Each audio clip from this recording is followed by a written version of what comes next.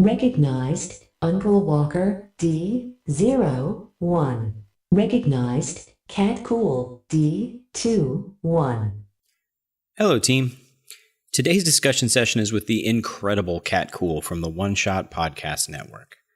Though we record many of our interviews weeks and sometimes months ahead of time, this one was recorded almost 10 months ago, well before the release of Teen Titans' Judas Contract, the animated movie. We thought we'd lost the audio and were setting up to record with Kat again, but then it reappeared. So huge thanks to Kat for spending time with us, and apologies to her and to you for taking so long to get this aired. With all that out of the way, here's my discussion with Cat Kuhl.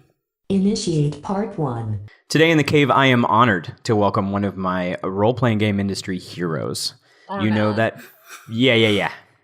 You know that feeling where you can't tell if you're excited or nervous or both? That's me right now.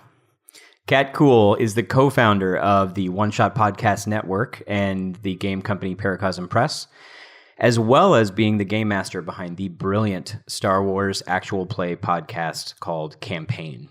I've been running and playing role-playing games for coming on 40 years now, and every time I hear Cat run a game or play as a guest in one, I learn something new. So lucky for us, Kat also happens to be a huge fan of the Titans, and shares my love for one of the cornerstone miniseries in Titans history. So, Kat, I am honored to welcome you to the cave. I'm honored to be here. Ridge, thank you for having me. You're welcome. Before we begin, I want to remind everyone that our discussion episodes draw on anything and everything related to Young Justice, including both seasons so far, the comics, and the video game. If you have not seen, read, or played all of the material and are spoiler wary, please consider this your warning. And with all of that, let's dive on in. I touched on a couple, little things in the intro, but tell us a little more about yourself, Kat, and what you do in the industry and why people should be following you everywhere. Oh, gosh. Well, I don't know that they should. I don't know. I'm a pip. I feel like I'm a crotchety old witch. I'm like a bog hag, Yeah, that's what I think of. Yeah. When I think cat, I think bog hag. Bog hag. I just create stuff, I just do things and put them out there, and somehow... And I'm like, they're amazing. And somehow people seem to like them. Yeah, it's somehow just for no reason. No good solid reason. So yeah, I'm the co-founder of the One Shot Podcast Network alongside my best friend in the world, James D'Amato. Yes, who we have had on the show. Oh, what did he talk about? Oh goodness, that was a great episode. Yeah, what was it? We talked about villains. And the development of villains, but we also talked about a lot about role-playing stuff. We talked about Flight of the Robins, which, of course, Kat is in as well, playing a brilliant version of Damien. Damien, cool. It was so adorable. We also talked about Pulp Cthulhu, where Kat also plays one of her favorite people in the entire universe, Indiana Jones, which was fantastic. Basically, just listen to Kat be passionate about the thing she loves, and you're just going to get carried away. I love it. And Never Tell Me the Pods, we've had pranks on already as well. Kat is one of the co-hosts on Never Tell Me the Pods as well, which is fantastic. And that's our Star Wars discussion podcast. Yes. If you ever wanted to know anything about Dathomir or the or the Night Sisters, Kat's your person. So talk about bog hags, yeah. I don't know, bog hag. It's not right, Kat. I'm sorry. It's not right. You're not. It's my aspirations, Rich. Is it? Don't stifle my dreams. You can't. Don't deny a girl her dreams. I guess. Yes, that's fair.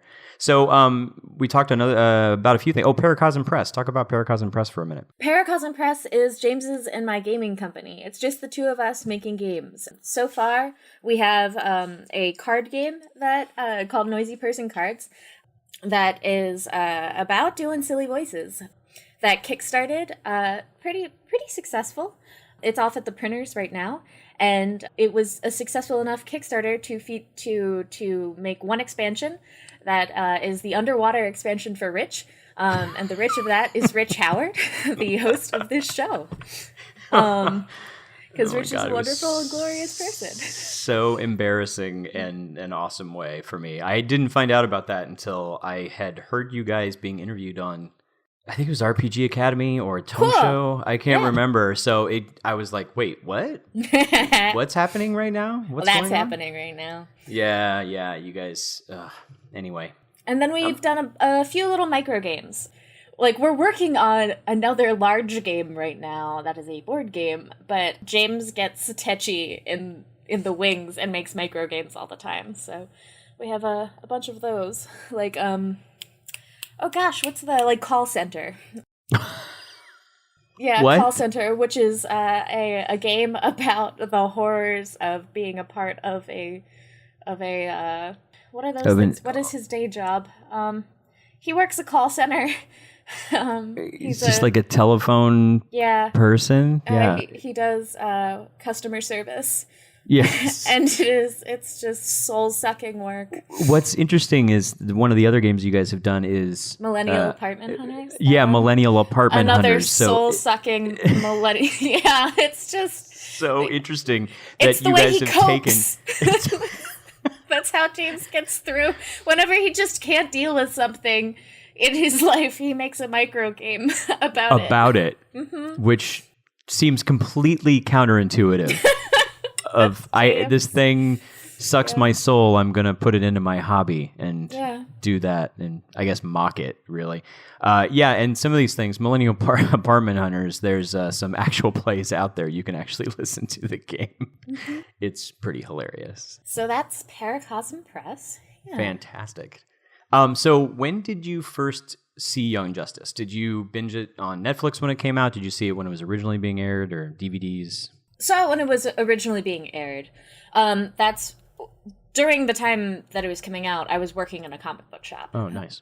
Yeah, that's where after role-playing games, comics are my primary thing, the primary nerd hobby. Right. I would say. And DC, I was always a DC, not a Marvel. Mm-hmm. And Young Justice was such a, man, did that look cool.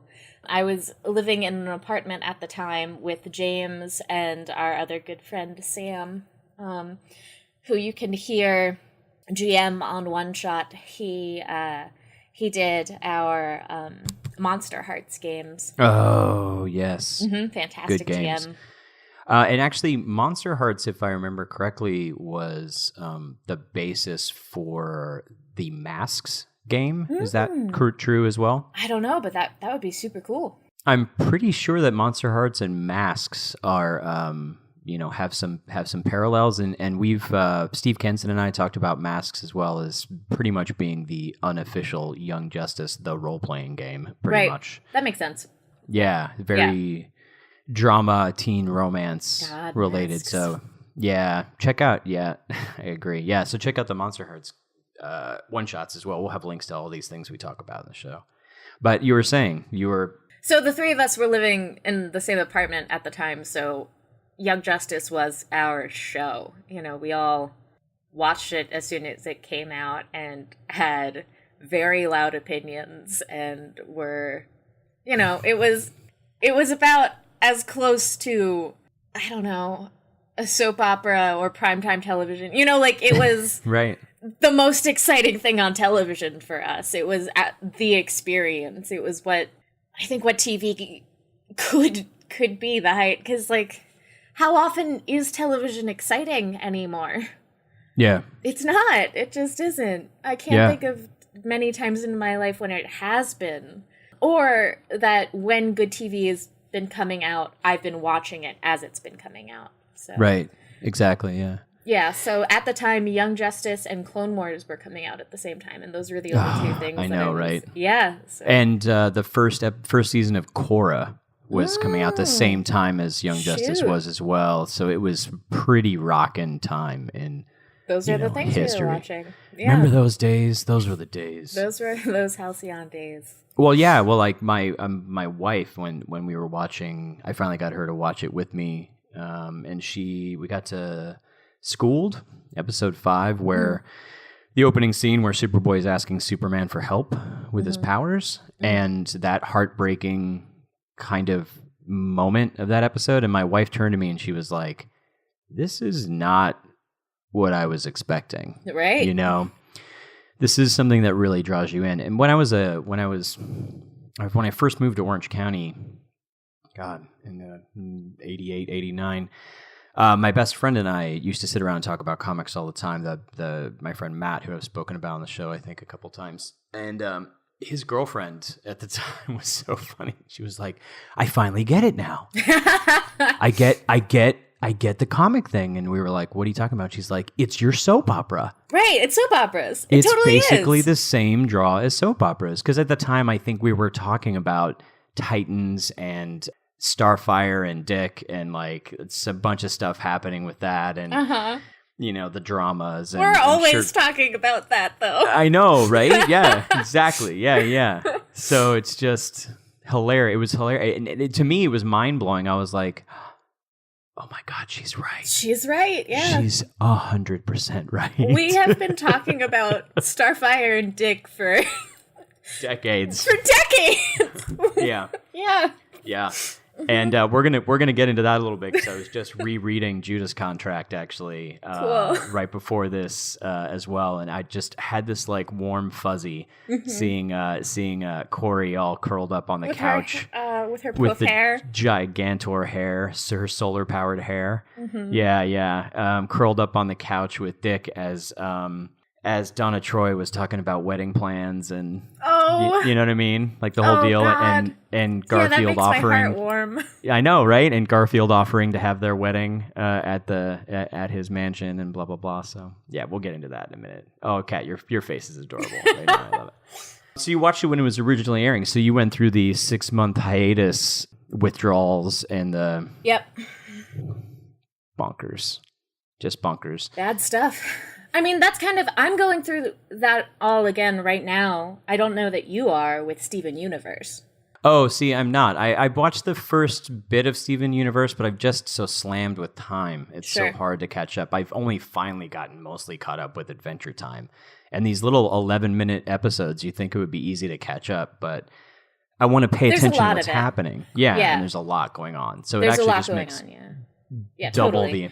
the amount of episodes to catch up on, basically. And like I like the beginning of Steven Universe, but in my opinion, it's not, it's not immediately amazing. Right. And yeah, and I was watching it in the background, and I'm like, "Oh, I'm intrigued," but I know how much people love that show, and so in the back of my head, I'm like, I think it probably picks up later. And the same thing with It Adventure does. Time Yeah, I too. think it I was does. entertained, but it wasn't until you start really looking at the background later on in later seasons. And I really love Adventure Time, but I don't love it anywhere. And nothing against Adventure Time either, because clearly I think that it laid the groundwork for things like Steven Universe to exist, I agree. and Yeah. But Steven Universe really, once it gets going, it's relentless, just in terms of the way that it tells stories, and like, oh my God, it's so good, but it is, man, does Cartoon Network, is it doing it a disservice? Yeah, which is a theme, I Yeah. think, which is unfortunate. And I mean, this whole idea of laying groundwork too. I've been rewatching some of Justice League and Justice League Unlimited with my daughter, who's been really into it, and who's 3, and she's so into it. It's so funny. But she started watching Young Justice first, so she doesn't refer to Flash as Flash. She refers to him as Flash instead of Kid Flash. Because there's Flash, and then there's Kid Flash, and they're different. Oh, and John Johns is Miss Martian Manhunter. Oh, It's Miss Martian Manhunter. Miss Martian Manhunter saving the day. that's so cute. It's really cool. But you get to see, like, I get to see the groundwork that was laid in like Justice League and Justice League Unlimited for Young Justice to happen at the level that it happened, right? Right. And the same thing with Adventure Time and Steven Universe. And these things are sometimes little steps, you know, to move toward the getting viewers up to speed with what you can do with with this medium. Right. You know what I mean? Totally. Yeah. But that was a fantastic aside, but I was going to ask you real quick what your experience was. You had mentioned that you're a big DC Comics fan, but clearly you knew your DC before you started watching Young Justice. This was not your first experience, obviously. Yeah, With obviously. DC Comics. So, yeah. So let's talk about the Judas contract. So I started reading comics when I figured it out. I think it was 8. I think it was 8. It was 6 or 8 years old. But I started reading comics because my mom collects antiques. At one point, she owned an antique shop. Oh, interesting. Yeah, that she's really, really serious about the way that she buys and sells and deals with antiques. It always has been. And the way that she did this in a world pre the internet was on weekends or in her spare time, she'd go around to yard sales. Oh, right, of course, yeah. Yeah, and see what people had. And she just toddle me around with her. And I found a short box of comics at one such yard sale that I was really curious about. I'd seen other people had comics, but I didn't know much about them. And I'd never seen them, like, in such, you know, just like... And this short box had the Judas contract in it, and it had it complete. And the whole thing was, I don't know, it was pretty cheap, you know, like, effectively $30 for that and some sundry other stuff. But after checking with, like, the teenager, that it was like, is this a complete story? And they were like, yes, it is a complete story. I asked my mom if I could buy that, and she was like, how much per thing? And they were like, X for the whole box. So she bought me that. And that was it. That's all it took. I'm super curious about what else was in there besides Judas contracts. Yeah, so it was scattered other Teen Titans books. Okay. But like all new Teen Titans. And then it was all Archie stuff. It was all Archie and Sonic the Hedgehog. That's quite a combo. Interesting. That's the whole thing. That was my entire 'Cause, introduction to comics. When I think Judas contract, I think, you know, kind of on that same level as Sonic. Yeah, you know what I mean? Like the same kind of drama. I mean, Sonic, it was really good. It shouldn't have been. But Sonic at that time was really good. I mean, do you remember reading possibly. stuff? No, like, I don't. Because totally it really, really was. Because that was like, Julie Sue and all of, like, dude, you're gonna knock it. But stuff at that time was needlessly complex, like X-Men style future, like people coming back from the future to deal with an apocalypse. Garbage. In Sonic? Oh yes. My God. Well, and you know what? It was so interesting to me because there are times where the randomness comic series, and it's the ones that I remember from when I was a kid that were way better than they should have had any right to be, were the Micronauts were so good. Yeah. And the other one was one that most people don't even remember, Rom the Space Knight. It was 100% a toy. I had the toy. I had Rom when I was a kid. It was kind of like, think of it like, so if the Green Lantern Corps were like I've shelved individual, this before. Okay. Individual robots, like androids with different powers and abilities and different looks. And I don't know, there's this one shot I remember from the cover of one of the ROMs. They had like, I think it was like all their hands were up in the air and you can see all the different designs of their hands. And it reminds me of a Star Wars cover I saw where like all these Jedi had all their lightsabers up in the air and you could see just all the different lightsaber designs. And anyway, that book was freakishly good. Like there's I don't know. I think Peter David was writing it at some point. It's just like, why is this so good? Yeah, that's because of that, I know a lot about Sonic the Hedgehog because I've kept up with it. And let me tell you, that over the years it has not been good. It's very, very bad. Okay. Yeah, Good to know. But you can't help the stuff that you love when you were a kid and that you're compelled to know now. You know? Yeah. Yeah. I have to admit something. Did you reread Judas Contract before you? For this, I didn't have time. I've been in Star Wars. I've in lockdowns because of Rogue One. Oh yeah, for sure. Yeah. Yeah, I hadn't reread it in a while. Mm-hmm. It's How'd it hold up? Not so great, did it? it's a little rough. There's Yeah. definitely some rough bits. There's figured. definitely some. I have remember. reread it within the past 5 years, so I know that feeling. I don't remember Vic Stone being so angry black guy. Yeah. Definitely, oof.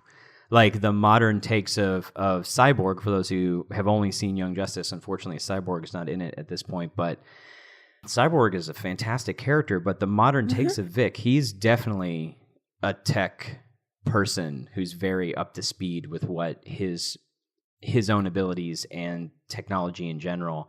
And has been for a very long time. Very long time, yeah. But at the time of Judas Contract and the early takes on him, you know, he was the stereotypical jock whose life was saved by his father, who was an intellectual, you know, and gave him the cyborg body and whatnot. But he didn't know that much about it. And so it's a lot of, I don't know if you, did you ever read Superboy and the Legion of Superheroes? Mm-hmm, mm-hmm. So Tyrock, do you remember Tyrock? Like, no, I you said that, and I was just like, oh man, Brainiac 5. So now I'm just gonna sit with Brainiac 5 for a while. Yeah, you just sit with Brainy for a minute. Yeah. Tyrock was, you know, again, it's just that cliche. It's the old school Luke Cage. Just a lot of angry black men, which is unfortunate, really. And there's definitely scenes and things in there that are interesting. I don't remember, like in the third issue, it's almost entirely about Deathstroke's history. Right. It's just his wife talking about Deathstroke. I mean, it's gonna be. That's the whole draw, and Deathstroke's the worst.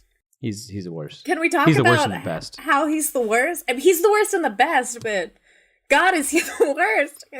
How 90s can a superhero get? He's This was the 80s too, so he probably set the tone for the 90s. I know, but he's like bicolored orange and black and covered in pouches, and he's got a long white ponytail. And he's got an eye patch. His name is Slade. Yeah. He's not good. He's in the same 4-issue miniseries where Dick Grayson gets a super high V-neck collar, which is pretty freaking amazing as well. For someone from the 80s, he's not good. He's the whole reason.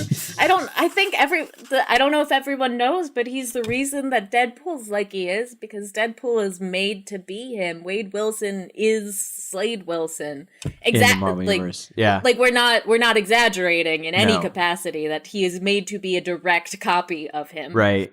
And we've talked about this on the show, like the idea that Marvel and DC are infamous for stealing people from the other. Like Green Arrow happened a long time before Hawkeye. Yes. But so what does Marvel do? They make Hawkeye, who's a criminal, right? And so they're like, it's so funny, right? And then James and I talked about this too, because Black Spider is a big thing for him, and Black Spider shows up. Him. I know, right? And so it's DC doing the flip side, like, oh, it's Peter Parker.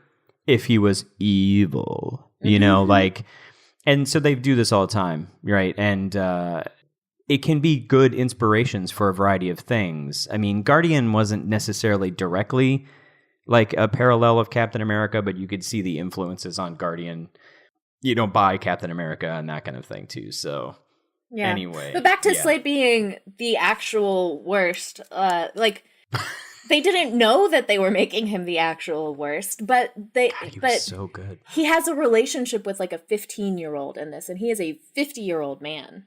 Yeah, that was something I don't remember either.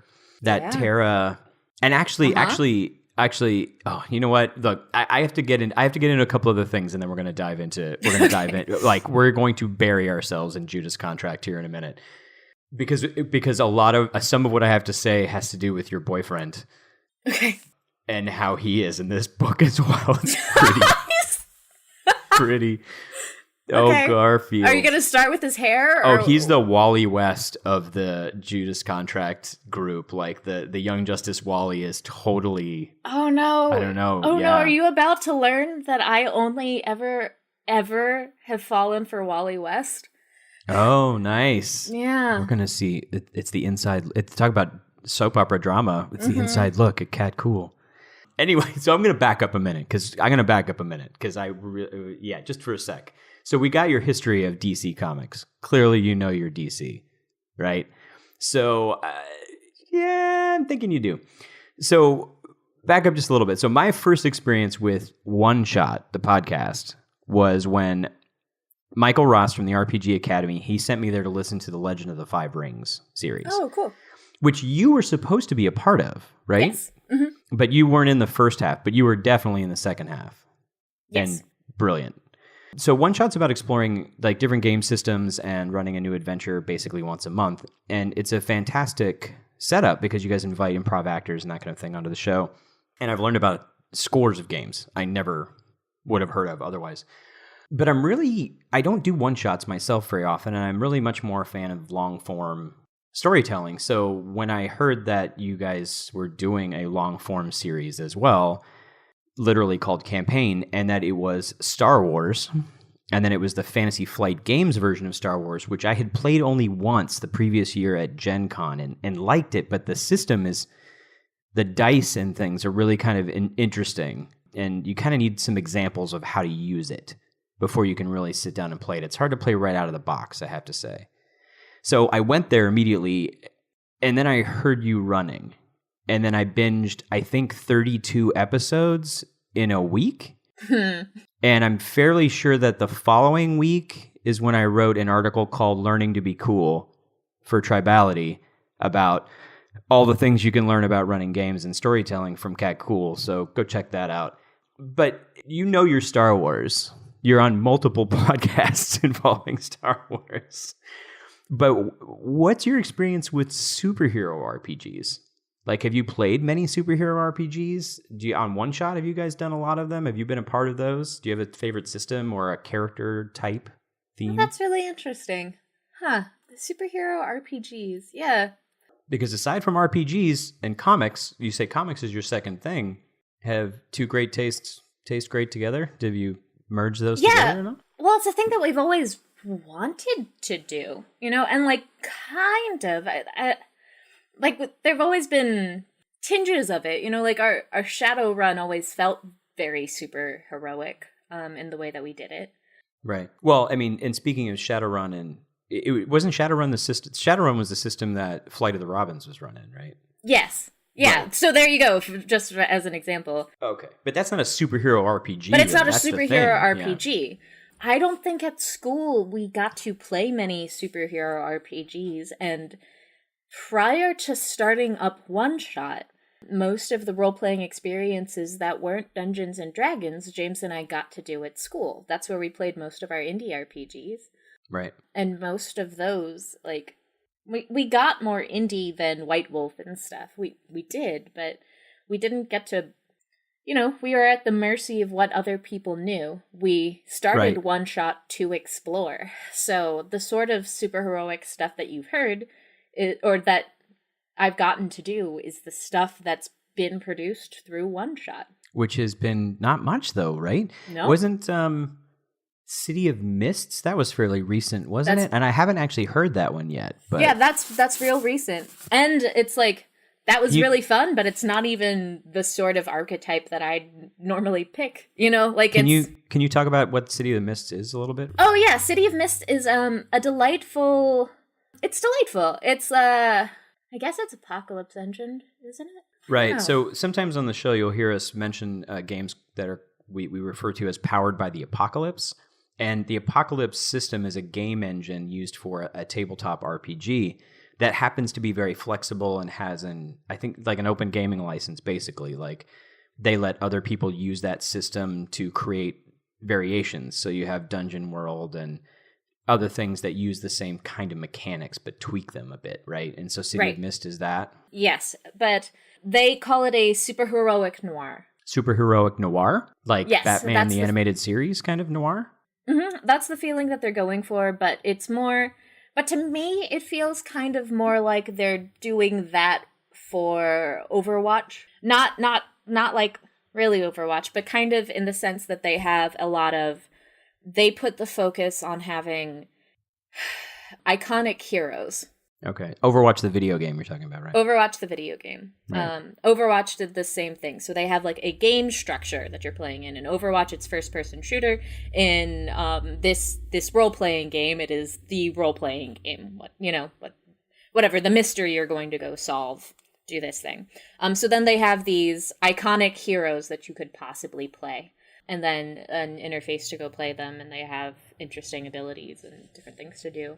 So the things that keep it noir, to my mind, are like the art's beautiful, all of the flavor is fun, and like it has a hint of mythos about it.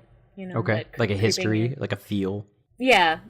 Well, I meant like Cthulhu mythos. Gotcha. That like it's got that sort of creepy, mysterious Gotham by Gaslight madness kind of thing. Creeping in Gotcha. at it. That the whole feeling of it it's very cohesive. And I like the fight mechanics a lot. It doesn't sound like your classic superhero comic book kind of RPG in any way then. You're not sure. No, I'm thinking about it. It's a specific type of superhero RPG. But I don't think it's not bright capes, but I don't think that bright capes are Like a requirement. no, Yeah. It's No more capes. Hell's Kitchen. It's more Hell's Kitchen. Nice. Yeah. Okay. Yeah. I get that. Yeah. And it's more Hell's Kitchen if the villain is, in addition to just being spooky, a little Lovecraft spooky. Yeah. Yeah. I think it's interesting to me because when I brought some people onto the show to talk about RPGs, well, with the exception of Steve Kenson, who literally wrote Mutants and Masterminds, superhero RPGs are not fairly common. I ran Champions forever. It was my game of choice for a long time. But I don't run into too many other people who run them. Do you think that there's something about superhero RPGs that are difficult to run, or... Oh, I have strong opinions about this. For me, it's that I never had one that captured the game experience that I wanted to play. Like what? Like, elaborate on that. Yeah, so James and I want to make a superhero RPG. I haven't played Masks, but I bet it hints at kind of the experience, but it still doesn't do the other thing that I want it to do as well as I want it to do it. Can you talk about what that other thing is? Yeah, I'm going to. The thing that we want to... We want to... So we'd want to call it alter ego, and basically the thing that we love about superhero comics or stories in general that I feel that not just American comics does, that shoujo, that magical girl, the magical girl right. genre does really, really well too, is both halves of these stories are extremely important to the characters and play off of each other really well. Both in costume and out of costume stories Yes. are equally as important and get equal screen time. And the fights are, very important. And the drama, all in caps, the drama, soap opera elements are very important. And no game system did that in a way that felt like it was respectful of those elements of the stories to me. Yeah, I love hearing this because this is what I talk about on the show all the time. The Titans comic was about the team as a family and not just fighting supervillains, right? Yes. The idea that, the Justice League characters all had their own comics that you could dive deeper into their histories and what was going on with Wonder Woman or whatever, but that's not why you read Justice League. You read Justice League because they were fighting Starro or whatever. Right. But in Titans, they didn't have their own comics. And so particularly like what I'm talking about, like I was just saying in Judas Contract, they're literally sitting around Donna and Corey, that's Wonder Girl and Starfire's apartment. They live together, and Corey's on a photo shoot that Donna's taking photos of her in an absurd bathing suit. And, Donna's Donna's a freelance photographer, and you get to see the behind the scenes. And then, in another scene, they're sitting at home, and everybody's over, and they're visiting, and they're chatting, and Donna's talking about her wedding plans with Terry, I think was her husband's or fiance's name. I hate Terry. Oh my God. I don't know what was up with that guy. I don't disagree with you on that front for sure. But then again, it's like they're all out of costume, and they're in, jeans and t-shirts. They're just and living their lives. Right, exactly. And that's the thing about it. Like, the emotional memory of Judas Contract for me is that. Yep. Right? Is them being together and being a family and supportive and friends, right? And like Donna asking if Dick would give her away because she doesn't have a father, right? I mean, she was adopted by Hippolytus. So it's that kind of stuff that really hit me, when I was at that age, reading it. And I would love to get that as well. And you could get it in Champions, but it wasn't part of the mechanics. The mechanics didn't feed into that. The mechanics were about your superpowers and skills and what you could do in a combat. And the role-playing part of it just had to be brought by your players. And the mechanics didn't feed into that. And I also would like to see what you're building in that venue. I want to play that game. And that's why I haven't played Masks yet, but we're planning on doing some actual plays where we're, doing the Young Justice bit in various systems as well at some point in time. I can't wait to hear how it goes. I'm sure it'll go very well. Everybody loves that system. I know. Masks has got such a great reputation, so I really want to do that and play it, but I want to see more of that. I don't mind the superpowers, but the reason why I love Dick Grayson isn't because he doesn't even have superpowers. It's the reason why you love a superhero isn't usually just about the powers. It's about who's the person and why. Yeah. Yep. Mm-hmm. So, yeah, that's amazing. So, how far along are you on this game, Kat? And how can I support you in making this happen? We haven't started on this one. It's only the two of us at Paracosm Press, and because of other things, we've had to bump up other games projects, and this one is on the back burner. Okay. Well, I know. I'll hound you about that. Okay, good. Lovingly hound? Is there a word for that? I don't know what that is. I don't know. What do moms do? Is it nag that moms do? Be better than that. Be better than nag. Be better than nagging? Yeah. Maybe, basically. That's basically it. All right. Well, enough about all that. Judas Contract. Let's do this. Okay. It's so 80s. It's so 80s. It's so everybody's 80s. Can we start at everybody's hair? Everybody's hair. The only reason why everybody's hair kind of you kind of don't notice it is because Corey's hair dominates every panel. It's so big. It's big hair. It's big. It's very, very large hair. It's full of the sun. Okay, can we agree? Dick doesn't have a mullet. It's just long all over. No, he just has long hair. It's just long hair. Yeah, Everybody called it a mullet. On the other hand... He did get one later, though. He did get a mullet later, just not early. Yes, he did. He traded the V-neck, high-collar V-neck shirt for a mullet. Yes, he did. Because that was But on better. the other hand, Garfield Logan does have a mullet. Yeah, Gar does. Yeah. And it's inexcusable in a shapeshifter. He can do whatever he wants with it. You know what I'm saying? He really picked a mullet, yeah. Yeah, and Gar in the comics in Teen Titans was a TV star, basically an early, basically reality TV show star, which is interesting because in Young Justice they folded into the whole Miss Martian storyline with his mom having actually been a star, and then he even makes a comment in season 2 when he's talking to Impulse. He's like, "When do I get my own reality TV show?" and stuff like that, which are these great little nods, which is one of the genius of the show, is that you don't need to know these things about the history of these characters. Mm-hmm. They stick to their through line and their plot that they're moving forward, but they can make these little nods to these characters in the show. And so Gar is actually pretty wealthy in Titans. Like, he's got a mansion and butler, like the whole deal. And he's also much older and different. Like in the Teen Titans TV show and then Young Justice, he's different. He's very different. He's much younger and the Teen Titans show that they did in the early 2000s. Yeah, Yeah. the precursor to Teen Titans Go, that one. Like, he's definitely a different kind of character, and I find it interesting to me. And then in Young Justice, they chose to not make him part of the core team, but brought him in later. Sure. Which makes me wonder if they're going to bring Cyborg in season 3 or something. I'm so curious what they'll do. I mean, Raven's my girl. They need to have Raven. Yeah. And they've had so much. I made a comment earlier. The more I think about it, the more like magic is so cool in seasons 1 and season 2, and such interesting storylines. But those storylines were still pretty backseat. Yeah. And it would be interesting. You had this high tech space invasion in season 2. And you definitely have, Apocalypse and New Genesis deal, as going to be part of the season 3 storyline. But I would like to see some more arcane twists. I mean, having Trigon, yeah. He's exactly. so fantastic, Trigon's that it's a great villain. Yeah, Raven's father, Trigon, can be played so well.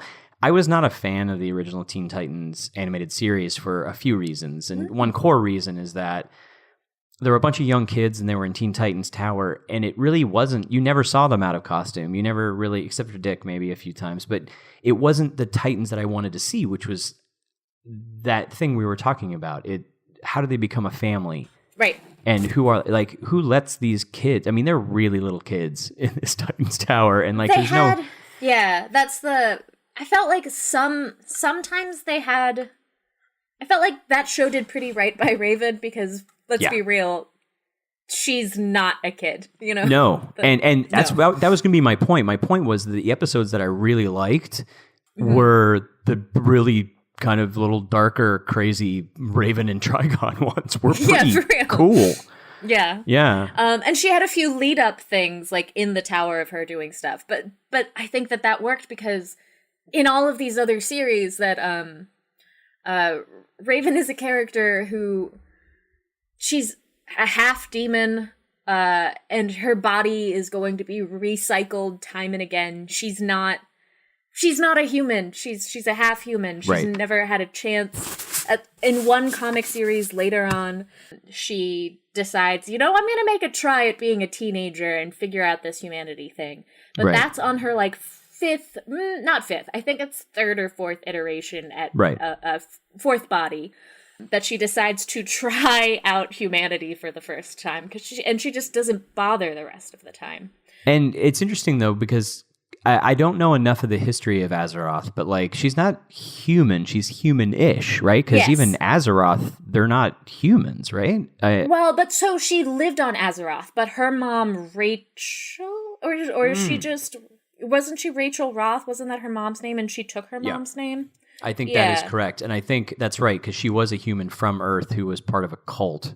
Yeah. But Raven was born on Azeroth, and the monks kept her there. That's right. She is. You're right. She is human. Yeah. Right. And that worked out great. Keeping her real safe. Right. And they nod to that in I think it's what was it? The most recent Justice League versus the Titans. I think they have some really cool Raven stuff in that. Actually, it's not bad. It's not a bad. Cool, because I have dropped off the horse because. Guess what? I don't know. DC's been letting me down. Oh, go ahead. Go for it. No, I don't know. After the New 52, I feel like they've been steadily just driving stuff into the ground. I've heard really good things about Rebirth, though. And unfortunately, I haven't had enough chance to catch up on some of it. But I've heard the Titans in Rebirth is really good. And I have now had some confirmation that Jackson Hyde, which is the DC Comics version of Calder, Calder, is joining the team and some other things. So I've heard some good things about Rebirth, honestly, but I still haven't kept up on it. New 52 was a mixed bag for me.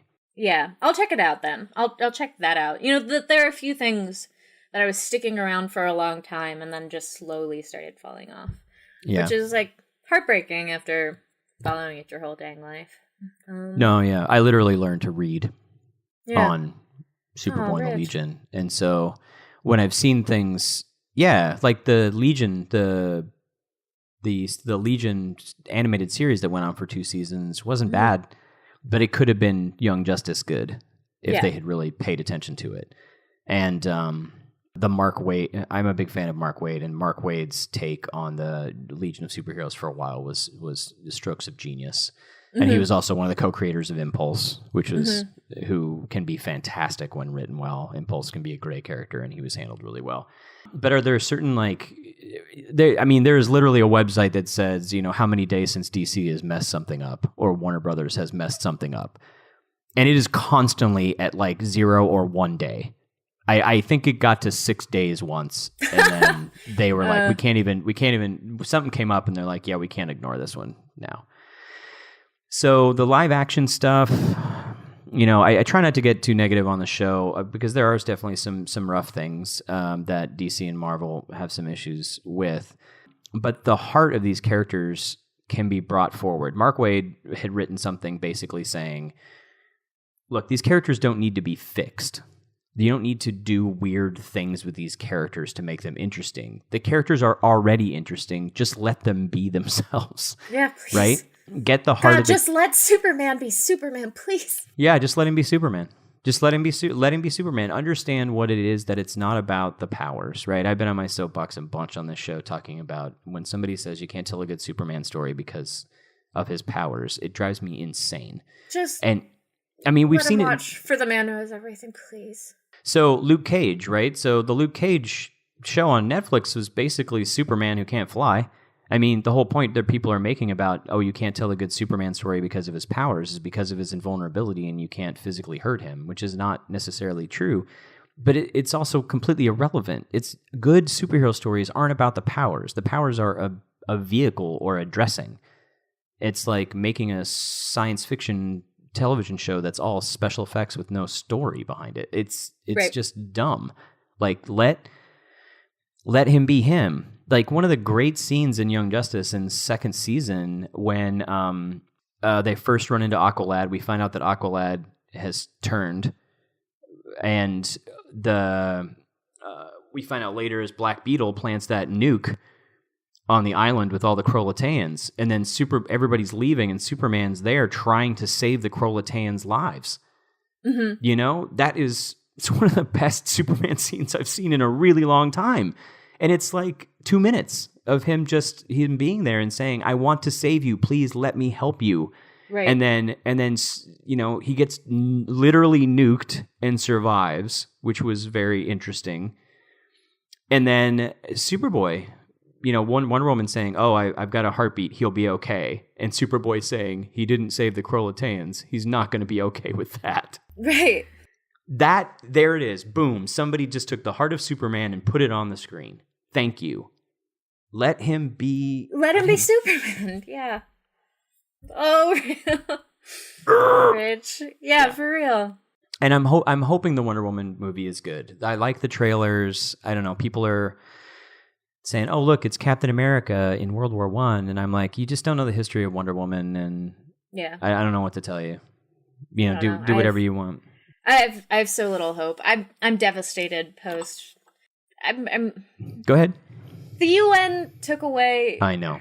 Yeah. So I don't know. For those of you who don't know, Wonder Woman had been given basically an honorary ambassador position at the UN. And for those of you who know the history of Wonder Woman, she was supposed to have been an ambassador from Themyscira who had come to, in this case, the United States, but basically man's world, quote unquote, to be an ambassador of teaching peace and tolerance and that kind of thing. And in many comic iterations, she is an ambassador. She's literally an ambassador, right? Yeah, to the UN. That's her job. That's what she is. Yeah. So when I heard that announcement was made and they got, sorry, Gal, I'm going to pronounce her name wrong. Is it Gal Gadot? Yeah, I think that's her name. I think that's how you say it. Right. And Linda Carter. But to have Linda Carter and Gal Gadot, be there and be able to accept this and talk about this kind of really cool thing. And then they took it away, and they 2 months later. They took it away 2 months later. And I only read a few letters, but there were letters of complaints coming from a lot of women even talking about how Wonder Woman is not a good representation. This should not have been happening. She's, overly sexualized in the comics, and it's, this kind of stuff. And I'm like, guys, come on. Like, you don't understand what this character represents to so many people at all, and you're putting this all on her sexualized costume. Yeah. Yeah. And I don't even know what to say to that. I'm sorry. That just made me really it was just angry and sad. Well, I mean, and then you get the whole thing of like the world's not ready for a Wonder Woman movie shtick that we had as well, at the same time that Marvel's putting out a movie with a talking freaking raccoon in it. It's frustrating. It's frustrating. And it's one of the things that in the early episodes of Young Justice, been having a lot of conversations with a lot of listeners to our show, and they brought up some really interesting points that the female characters in Young Justice early on in the show, before we got to like season 2 where there was so many great strong female characters, not handled well, and they made some really interesting points. Like, Miss Martian was like a stereotypical teenage girl television stereotype for a reason. Right. Mm-hmm. But another point that somebody made, which I found was really, really interesting to me, was in that same episode in Happy Harbor, which is not my favorite episode, Kid Flash refers to Miss Martian as like, a newbie or, that kind of thing. And Superboy literally just woke up. Right. Like they never refer to Superboy and his anger and control issues as him being incompetent because he's new. Yep. But they do to Miss Martian and to Artemis both. Yep. And that's interesting to me because it's not something I caught, and that makes perfect sense to me. And particularly since Artemis has been training her whole life, not to necessarily be a hero, but for the skills that she does have and possess. Sure. So I'm assuming she's technically had her abilities longer than even Wally had in the show, right? From her training. So interesting viewpoints to bring up about the show. Now, of course, later on we get, women of color as scientists and things like that in the second season, and even, Black Canary later on in the first season and some other characters. So it gets better. But my point is that like Wonder Woman is in this show and Wonder Woman's in in Justice League. And it's frustrating to me that my daughter is a big Wonder Woman fan and loves Wonder Woman. And I want her to be able to do that. I guess my fear is that like, my fear with this movie is that I haven't liked the other movies coming out of DC, and I worry that they're going to miss the point of Wonder Woman. Like, have you seen Moana? No, not yet. I've heard it's fantastic. It's fantastic. Well, yeah, it's fantastic. I don't want to talk about it, but can I talk about like a thing in vague terms? Sure. Very vague terms. I haven't seen it yet, but yeah, go ahead. Yeah, very, very vague terms. They do a thing with storytelling and women that struck me as like, they're doing the Wonder Woman thing. Which is they made a core element of the strength of Moana compassion, and like female compassion, and is like one of her stated purposes, that is a core competency designed into the Wonder Woman character intentionally by the creators. Mm-hmm. That they wanted to make peace and love the anti-war in her. Mm-hmm. I worry that they're not gonna do that, at all. And I think that that's a huge missed opportunity, because that's the reason that she was a UN ambassador. That she's someone who actively chooses love and reconciliation and trying to understand viewpoints and making good and human rights. And she picks violence when it's the thing that needs to be done in the okay Jedi way, and I mean not in the way that we've seen Jedi do. I mean in the okay Jedi way. Yeah. Yeah. Yeah. Yeah, and I don't, and that's what I'd want out of a Wonder Woman movie, and I just don't, I don't know. I can see those concerns coming up. I loved the trailer. My concern about the trailer was that there was a lot of Chris in it. There's a lot of Chris in this trailer. And I get that maybe from a PR standpoint or public, that he's got a face people recognize and you want to bring people to the movie and who don't necessarily know Wonder Woman and that kind of thing. I do like the fact that they're making nods to, her immortality, or there have been various incarnations of Wonder Woman in which because she was created in the same era as Captain America back in World War II, so she existed in World War II and she's existed in the modern age, and they've had different explanations as to why that's the case.